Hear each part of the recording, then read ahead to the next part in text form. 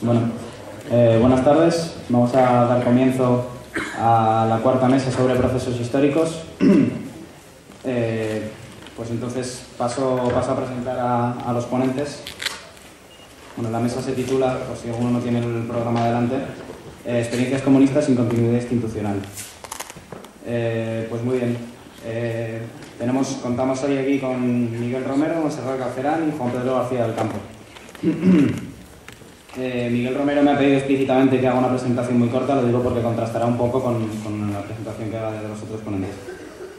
Miguel Romero es periodista, es editor de Viento Sur, donde ha publicado recientemente un texto sobre Marx y la Comuna, de la que nos hablará ahora en su ponencia, y es militante de izquierda anticapitalista.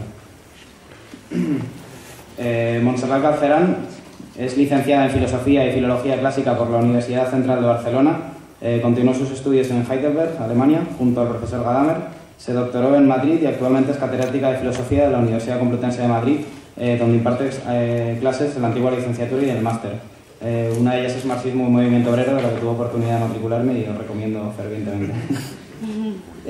Bueno, desde 2004 es codirectora del grupo de investigación complutense denominado Globalización y Movimientos Sociales y ha sido profesora invitada en diversas universidades como París 10, Nanterre, Urbino, Freie Universität de Berlín, Universidad de California en Berkeley, y ha participado en numerosos congresos y conferencias nacionales e internacionales. Sus líneas de investigación se han centrado en historia de la filosofía, en particular filosofía moderna y contemporánea, marxismo, feminismo y epistemología crítica. De sus publicaciones podríamos destacar La invención del marxismo, estudios sobre la formación del marxismo en la socialdemocracia alemana a finales del siglo XIX, Innovación tecnológica y sociedad de masas, Silencio y olvido, el pensar de Heidegger durante los años 30, Deseo y libertad, una investigación sobre los presupuestos de la acción colectiva, o con el Laboratorio Feminista de Madrid, transformaciones del trabajo desde una perspectiva feminista, producción, reproducción, deseo y consumo, o un trabajo como editora junto a Mario Espinosa Pino de las actas del Congreso Espinosa Contemporáneo. Bueno, el tercer ponente, Juan Pedro García del Campo, es doctor en Filosofía por la Universidad Complutense de Madrid, donde se doctoró con una tesis sobre Spinoza. Actualmente es profesor de Filosofía en enseñanza media. Sus campos de investigación son la filosofía moderna y contemporánea, especialmente filosofía política, y ha dedicado una especial atención a la tradición materialista y el pensamiento revolucionario de los siglos XIX y XX. Ha traducido a Raoul Vaneigem, a Louis Althusser, ha publicado artículos en revistas especializadas sobre Descartes, Hobbes, Marx, Negri, los situacionistas o el mismo Spinoza. Entre sus últimas publicaciones, que cabe destacar, Construir lo común, construir comunismo, Atlas histórico de la filosofía, Opaco, demasiado opaco, materialismo y filosofía, o Spinoza y la libertad. Además de ser coautor de un libro de texto para la filosofía de bachillerato junto a Montserrat Galcerán, Aurelio Sáenz Pezonaga, Manuel Montalbán y Eva Méndez. Así que sin más dilaciones le cedo la palabra a Juan Pedro.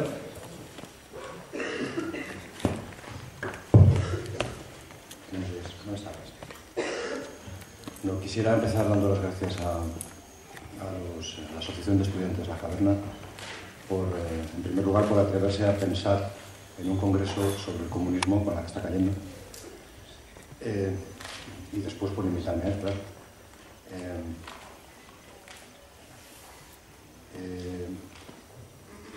Además, por atreverse a plantear un congreso sobre el comunismo en una institución como esta, en la que quizá alguno haya pensado que es un sacrilegio hablar de comunismo. Y por tanto, por atreverse a plantear la filosofía como una cuestión práctica, que no tiene que ver solo con las ideas, o que solo tiene que ver con las ideas en tanto que es una cuestión práctica. Yo entiendo también así la filosofía y por eso creo saber que la pregunta que articula este congreso, ¿qué es el comunismo?, no es una pregunta por el ser. No es una pregunta por el ser, ni puede serlo, evidentemente. Solamente se pueden hacer preguntas por el ser de las ideas o de cosas que son o han sido, y el comunismo ni es ni ha sido, ni lo hay ni lo ha habido, y por supuesto el comunismo no es una idea. Puede ser cualquier cosa, en mi opinión, menos una idea. La cuestión, por tanto, no puede ser una pregunta por el ser, ni del comunismo ni de ninguna otra cosa, En todo caso, debe ser una pregunta por el sentido, también para mí una pregunta por la acción. Comunismo no es una idea, comunismo es un concepto. La pregunta, por tanto, es, en mi opinión, ¿a qué llamamos comunismo?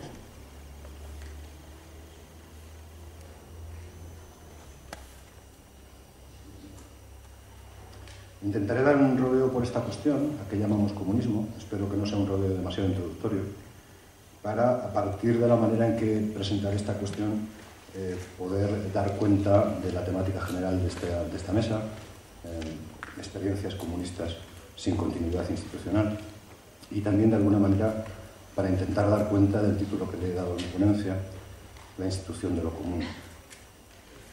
Y empezaré diciendo que, en mi opinión, si queremos hacernos cargo de la pregunta ¿a qué llamamos comunismo?, tenemos que detenernos ineludiblemente en la obra de Marx y de Engels. No, y esto creo que debe quedar claro, no porque considere que la obra de Marx y Engels es algún tipo de doctrina, no por hacer referencia a argumentos de autoridad, sino única y exclusivamente porque a partir del momento en que en 1848 Marx y Engels publican el Manifiesto Comunista, en torno a ese libro se organiza a nivel internacional círculos de obreros organizados políticamente, círculos de conspiradores organizados políticamente para construir el comunismo. De manera que, de alguna manera, la referencia a ese texto tiene que ser, creo yo, un punto de partida si queremos preguntarnos a qué llamamos comunismo. Y yo querría decir precisamente que habría que tener en cuenta dos cosas que parecen contradictorias, pero que no lo son, que son verdad a la vez, si queremos abordar la cuestión del comunismo a partir de la intervención de Marx y de Engels en el Manifiesto Comunista. Y es que Marx y Engels no son los padres del comunismo, no han inventado el comunismo. Y, segunda afirmación, por contra, a pesar de que no lo son, han introducido en el comunismo una variación, han hecho una inflexión en el comunismo, a partir de la cual algunos decimos que somos marxistas, que introduce, me parece, alguna inflexión importante que debe ser considerada, pero que no modifica en lo sustancial, me parece a mí, la cuestión fundamental a que llamamos comunismo. Marx y Engels, digo, no son los padres del comunismo, no son los padres del comunismo, no han inventado el comunismo, y podemos leerlo de su propia pluma en el propio Manifiesto Comunista, en el principio del Manifiesto Comunista. Si me permitís, aunque sea un texto muy conocido. Un espectro se cierne sobre Europa, el espectro del comunismo. Contra este espectro se han conjurado en Santa Jauría todas las potencias de la vieja Europa, el Papa y el Zar, Metternich y Guizot, los radicales franceses y los polizontes alemanes. No hay un solo partido de oposición a quien los adversarios gobernantes no motejen de comunista, ni un solo partido de oposición que no lance al rostro de las oposiciones más avanzadas, lo mismo que a los enemigos reaccionarios, la acusación estigmatizante de comunismo. De este hecho se desprenden dos consecuencias, dicen Marx y Engels. La primera es que el comunismo se haya ya reconocido como una potencia por todas las potencias europeas. La segunda, que es ahora que los comunistas expresen a lo largo del día y ante todo el mundo sus ideas, sus tendencias, sus aspiraciones, saliendo así al paso de esa leyenda del espectro comunista con un manifiesto de su partido. Los comunistas existen como una potencia reconocida. Y esta es una de las primeras consideraciones que deben, me parece a mí, hacerse de este texto. Marx y Engels no son los padres, no son los inventores del comunismo. Llegan a él y escriben el Manifiesto Comunista, pero no son los padres del comunismo. Una segunda cuestión. El comunismo es utilizado como un insulto contra los opositores. Y uno se preguntaría, yo me pregunto, ¿y por qué un insulto? ¿Por qué ser comunista es insultar? ¿Por qué llamarle a alguien comunista es insultarle, ¿no? Si en principio las palabras que tienen lo común como raíz tienen connotaciones positivas. De la palabra común, de la palabra común deriva, por ejemplo, comunión, en principio no es nada malo, ¿no? De la palabra común deriva Commonwealth, de la palabra común deriva commune, que es una aldea, un municipio, un ayuntamiento, un ajuntamiento, podríamos decir, en castellano más o menos arcaico, ¿no? Connotaciones positivas que, sin embargo, dan como consecuencia que comunismo sea un insulto lanzado contra los más radicales políticos por los gobernantes y por los reaccionarios. Bueno, la cuestión me parece muy interesante y puede ser un punto de partida para adentrarnos en esta cuestión, a la que llamamos comunismo, ¿no? Desde que la propiedad privada empieza a ser una manera de articulación jurídica de las relaciones sociales, empiezan a surgir en toda Europa movimientos de revuelta que tienen como foque de contestación precisamente la cuestión de la propiedad. No era así, por ejemplo, en la Edad Media principalmente, porque la revuelta contra el señor feudal era una revuelta contra el señor feudal, no contra la propiedad, contra el poder que se ejerce directamente, ¿no? O sea, a partir del momento en el que la propiedad empieza a ser la relación jurídica que envuelve las relaciones sociales, empiezan a surgir movimientos contra esa relación de propiedad, reivindicando, lo hemos visto estos días en algunas de las ponencias que se han pronunciado aquí, reivindicando el uso común de las tierras, porque la reivindicación del uso común de las tierras es la reivindicación de la posibilidad de sobrevivir sin necesariamente, en ese acto de supervivencia, someterse a un poder ajeno. Y en este sentido hay reivindicaciones de lo común desde algunas frondas tardofeudales en Francia.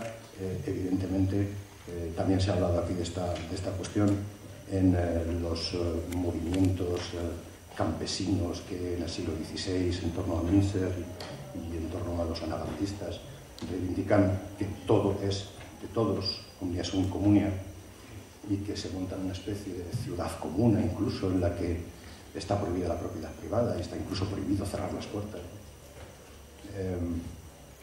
Esa reivindicación de la libertad en nombre de lo común, de la propiedad común, o del uso común, más que de la propiedad común, está también presente en los movimientos revolucionarios más radicales de la Revolución Inglesa, está presente en los Diggers, en los Levelers, en la obra de Winstanley, me parece a mí que mucho más claramente todavía que en la de Harrington.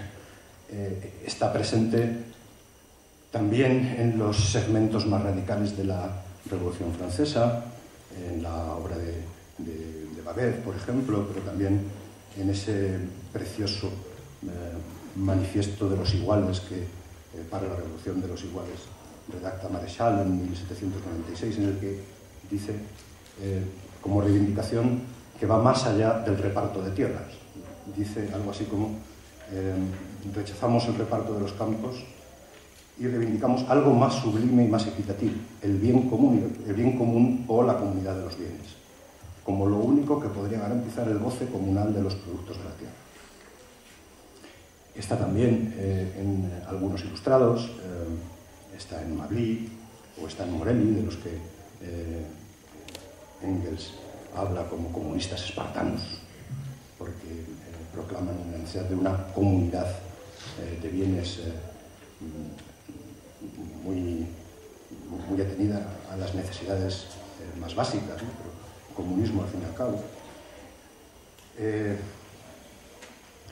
Está también en los movimientos obreros que empiezan a florecer a principios del siglo XIX, donde la cuestión social se pone evidentemente de manifiesto a los ojos de todos los intelectuales, no solamente revolucionarios, sino también de la burguesía, porque la mera aglomeración de individuos alrededor de las fábricas genera situaciones de insalubridad y entonces empieza a haber problemas de convivencia, de enfermedades, revueltas, de manera que incluso empiezan a surgir ciertas corrientes de pensamiento que intentan organizar, armonizar esos conflictos sociales.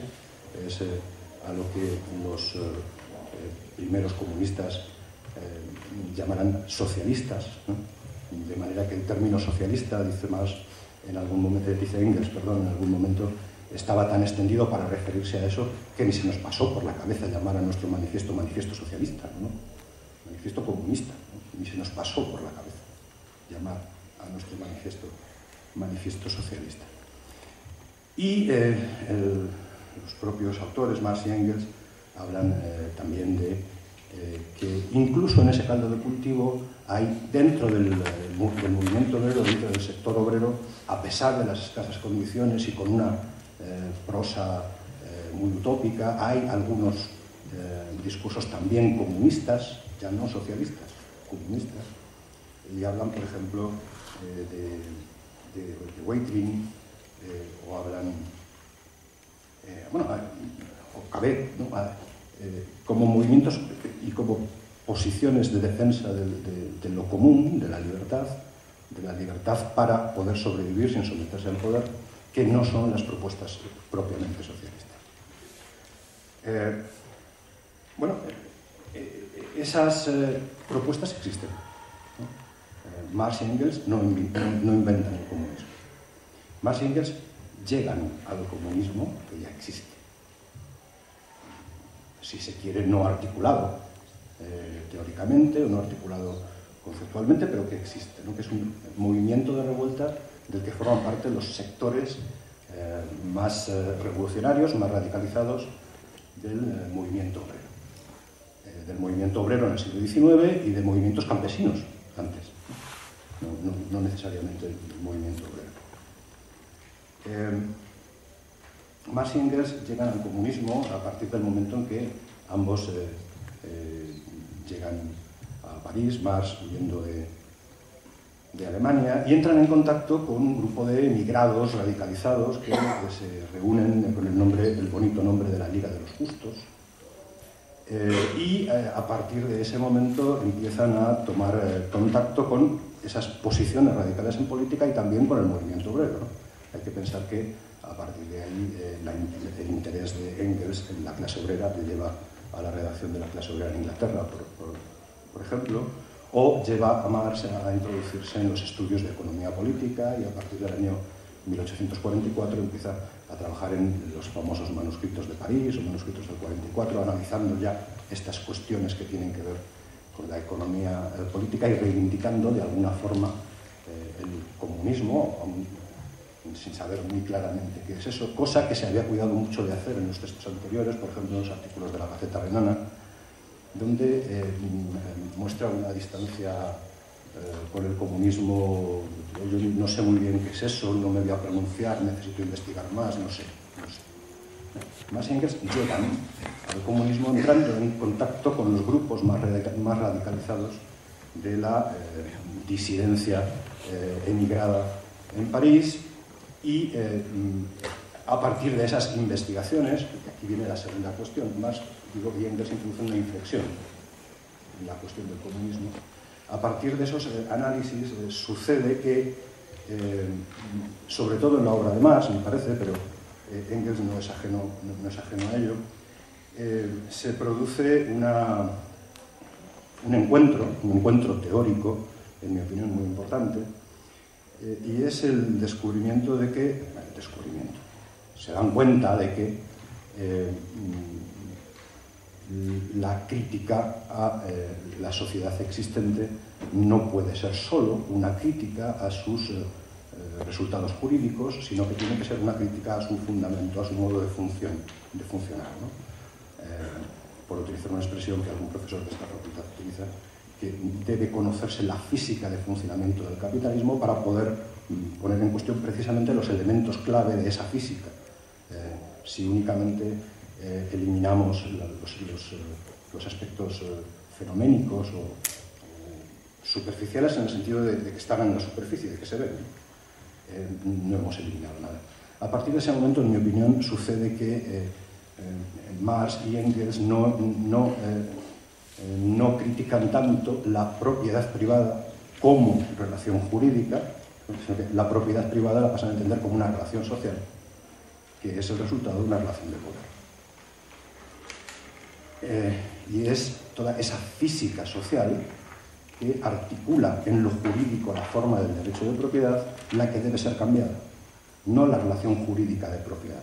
No se trata de transformar jurídicamente la propiedad privada en propiedad común, o propiedad colectiva, o propiedad estatal, sino de cambiar la dinámica social, transformar la dinámica social de tal manera que acabemos con esta sociedad existente y en su lugar construyamos otra en la que no haya relaciones de dominación.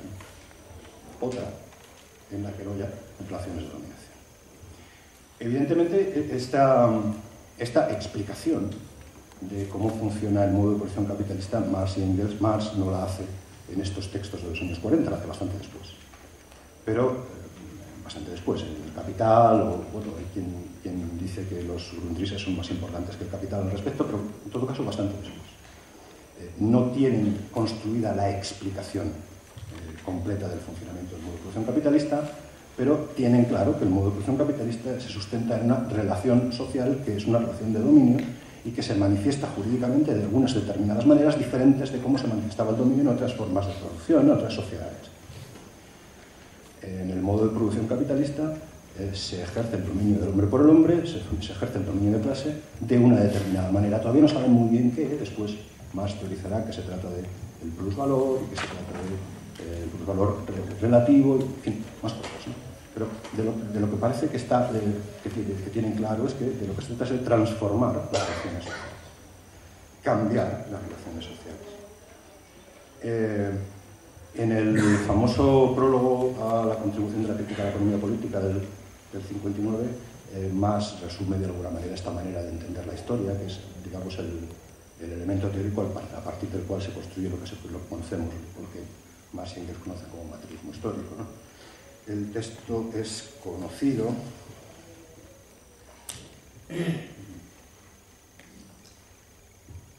El texto es conocido. El texto es conocido y por eso no lo leo. En la producción material de su vida los hombres entablan determinadas relaciones de producción que, en fin, son esas relaciones de producción las que condicionan la conciencia y no la conciencia la que condiciona las realidades sociales, ¿no? Poco a poco este punto de vista va empezando a ganar adeptos en el grupo de la Liga de los Justos y vamos a saber por qué se les ocurre cambiar así el nombre. En lugar de llamarse Liga de los Justos empiezan a llamarse Liga de los Comunistas. A mí me parece que el cambio de nombre no es una pura metáfora, tiene algo. No se trata de la justicia, sino del comunismo. No se trata de armonizar las relaciones sociales, no se trata de paliar los conflictos que se producen en las relaciones sociales, se trata de cambiar la sociedad. Eliminar una sociedad que es una sociedad de dominio del hombre por el hombre por otro. Ciertamente, esta sociedad de dominio del hombre por el hombre funciona desde unos determinados parámetros económicos, pero no es una economía, es una sociedad en la que se domina al hombre por parte de otros hombres. Esa dominación se articula de una determinada forma, explotando la fuerza de trabajo a partir de la relación salarial y la estación de plusvalor, pero lo fundamental es que es una relación de dominación. Es una relación de dominación. De tal manera que los comunistas siguen queriendo lo mismo que querían los comunistas. No se introduce, y esto es a lo que me refería, con esta inflexión que añade la exigencia de conocimiento. Vamos a conocer lo que queremos cambiar, no sea que no lo vayamos a cambiar queriéndolo cambiar. Lo que se introduce es una exigencia de explicación para lograr una mayor eficacia, pero no se introduce ninguna inflexión que afecte al contenido de la cosa. Hay una carta que Engels dirige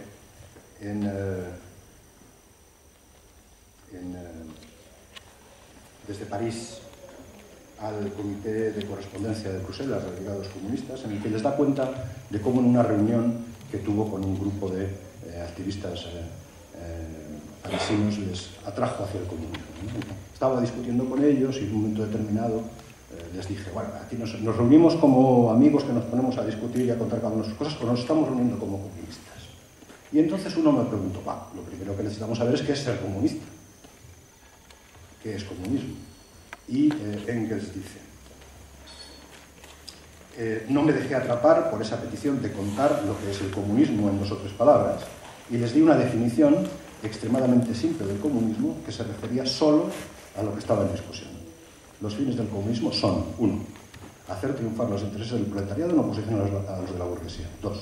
Hacerlo mediante la supresión de la propiedad privada y su sustitución por la comunidad de bienes. 3. No reconocer otro medio de lograr esos objetivos que una revolución democrática por la fuerza. El contenido del comunismo no ha cambiado. Es una sociedad en la que no haya dominación del hombre por el hombre.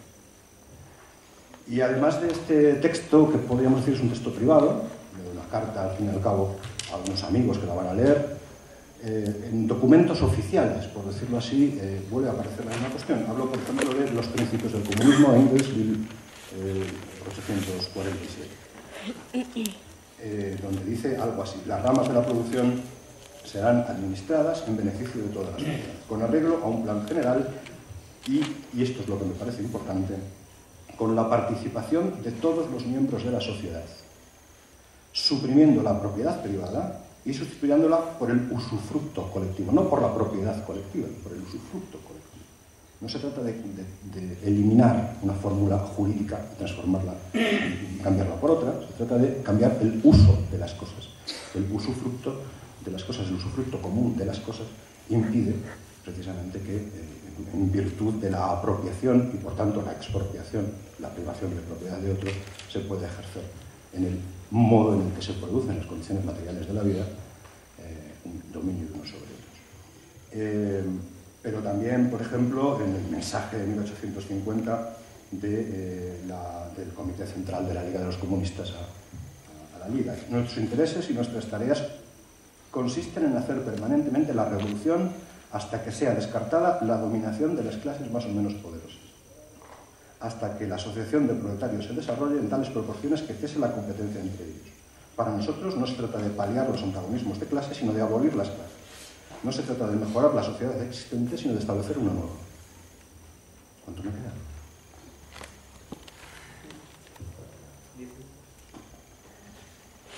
Pero también en el Manifiesto Comunista.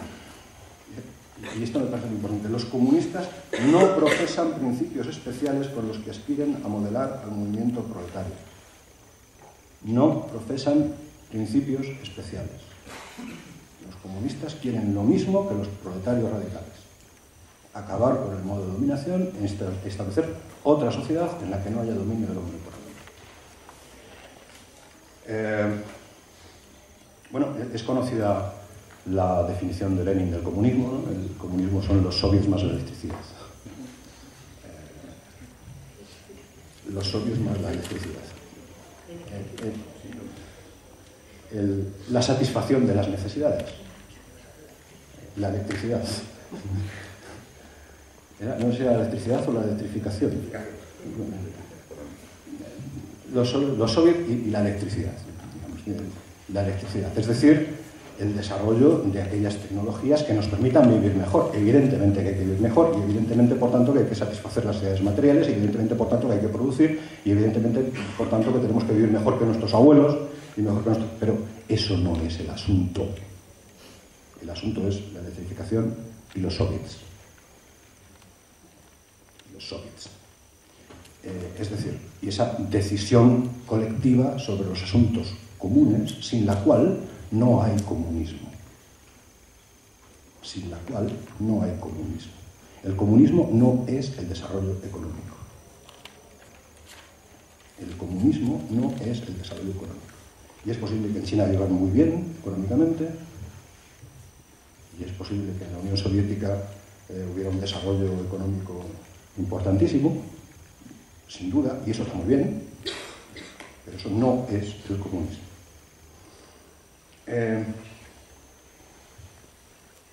En los demás textos de Marx y de Engels no hay ninguna otra caracterización del comunismo que no sea esta. Hay diversas expresiones que hablan de un paraíso idílico, que es más idílico en unos textos que en otros, pero no hay en ningún lugar una caracterización de qué condiciones debe tener la sociedad comunista. La sociedad comunista es una sociedad de hombres libres, por utilizar esa expresión, ¿no? Porque nadie se enfade, una sociedad de seres humanos libres. si me permitís, porque suena mejor, diré de hombre libre. No es una cuestión de género, porque suena mejor, es más rápido decirlo. Una sociedad libre de hombres libres, ¿no? No digo con esto que no haya medidas. Hay varios lugares en los que Marx y Engels proponen medidas que se deberían tomar en el caso de tomar el poder. Hacemos la revolución, tomamos el poder y ahora vamos a proponer unas medidas, ¿no? Pues, por ejemplo, en los principios del comunismo de Engels hay un programa que son 12 medidas, ¿no? En el manifiesto comunista ese programa es de 10 medidas. Y en el programa de reivindicaciones de la revolución de 1848 eran 17. O sea, no estoy diciendo que no haya medidas. Lo que digo es que no hay un modelo de sociedad que se proponga como modelo de comunismo. El comunismo es una sociedad libre de hombres libres, en el que se satisfacen las necesidades de los seres humanos y se acaba con la dominación del hombre por el hombre. No hay más definición. Se trata de sustituir la física del dominio por una física en la que no haya dominio. Pero las leyes de esa nueva física no están definidas. Y me gustaría decir que no se trata de una carencia. Qué pena que no las definió. No se trata de una carencia. No se trata de definir el comunismo como un modelo, sino que se trata de que lo que queremos es una sociedad en la que no haya dominación. Una sociedad de hombres libres. Una sociedad libre de hombres libres. Eso es el comunismo. Mire usted, no le digo cuántos tienen que gobernar, ni de qué manera tienen que hacerlo, ni qué medidas tienen que tomar. Lo que digo es que el comunismo es una sociedad libre de hombres libres. Y si no, no es comunismo.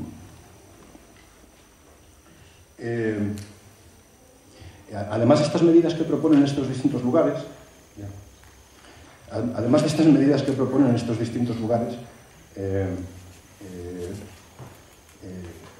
se encargan muy mucho de decir que son medidas totalmente provisionales. Habrá que irlas adecuando a las circunstancias, habrá que irlas cambiando, y los propios Marx y Engels las cambian. Y las cambian de una manera fundamental que muchas veces se olvida. Yo, por ejemplo, no he oído ninguno de estos días aquí. Hay un momento en la guerra civil en Francia, y también posteriormente en uno de los prólogos de Engels a una de las ediciones del Manifiesto Comunista, en el que ambos autores dicen, en la formulación del prólogo, Engels dice: la experiencia de la Comuna de París ha demostrado que la clase obrera no puede limitarse a tomar en sus manos el poder del Estado. Debe destruirlo. La destrucción del Estado como aparato de poder es una exigencia, no es, como se dijo aquí el martes, por un regusto sensimoniano, no. La experiencia de la Comuna nos demuestra que la clase obrera debe destruir el Estado. Porque el Estado es un aparato de dominio, aunque sea además otras cosas. Debe destruir el Estado. El comunismo, digo, eso a lo que llamamos comunismo es un anhelo de libertad. No diré una utopía, no es una utopía, no es una idea que se quiera, no, es el deseo de libertad concreta, no de libertad abstracta. No se trata de liberar la libertad, como algunas veces gusta de decir Carlos Fernández Liria, ¿no? De libertad concreta. La cuestión es entonces, ¿alguna vez ha habido comunismo? La respuesta es no.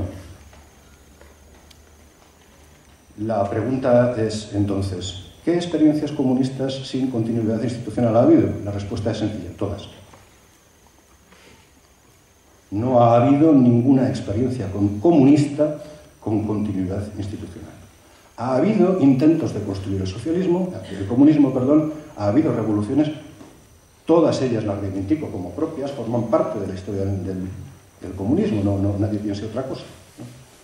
Estas propias revoluciones hablaron de la necesidad de un periodo de transición y hablaron de socialismo, ahora con un sentido distinto al de antes, hablaron de socialismo como periodo de transición que acabaría llegando al comunismo.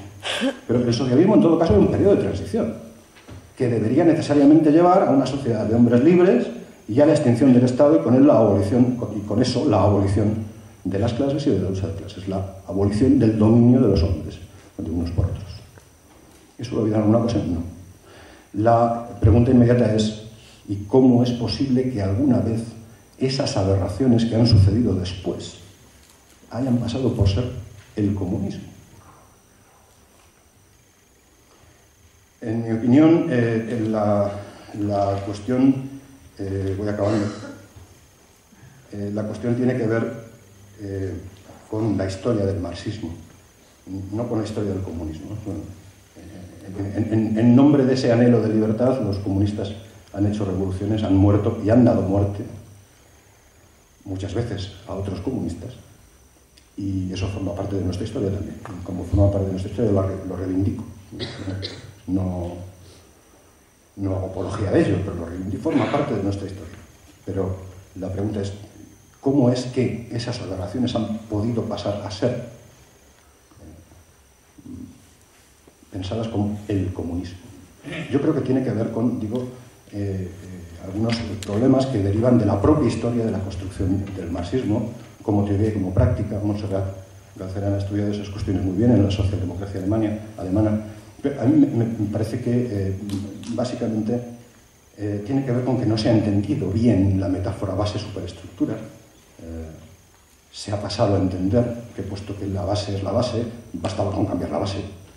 Y como la base es económica, basta con intervenir en la economía. Y como la economía es lo más importante, y lo importante es que no sea puesta en manos privadas, debe ser planificada. Y como debe ser planificada, alguien la debe planificar. Y como la debe planificar alguien, debe ser el partido. Que pasa a ser considerado el representante del pueblo. Una expresión que hemos oído esta mañana referida al Partido Comunista. Así el padrecito Stalin puede ser la encarnación del proletariado, o el gran timonel puede ser una nueva encarnación del proletariado, y por tanto es el proletariado el que está hablando y planificando la economía y haciendo que pasemos menos hambre, y ya está. Esto es el comunismo. A mí me parece que esto es una barbaridad, porque me parece que el comunismo no tiene que ver con la economía, aunque haya que producir. Que el comunismo no tiene que ver con el triunfo de la razón, aunque las leyes deban ser racionales, aunque deba haber leyes. Que no tiene que ver con la existencia de un Estado fuerte, aunque deba haber instituciones de lo común. Y este era el título de la ponencia, instituciones de lo común que nos permitan vivir en sociedad. Instituciones de lo común. Y esto quiere decir necesidad de construir en común, un común que no sea ya el común reactivo de la mera masa dominada. Quiere decir hacerlo como una institución. Y quiere decir también que no haya ninguna otra institución más que las instituciones de lo común, en la más absoluta de las inmanencias. Quiere decir que no haya Estado. No se trata de conquistar el poder, no se trata de planificar la economía, ni de hacer que triunfe el derecho, se trata de cambiar el mundo. Y quisiera terminar, con una cita dedicada a los estudiantes de filosofía que han organizado el Congreso, una cita de un filósofo del que normalmente no se habla en esta santa casa, del que normalmente no se habla bien, de Epicuro, cambiar el mundo.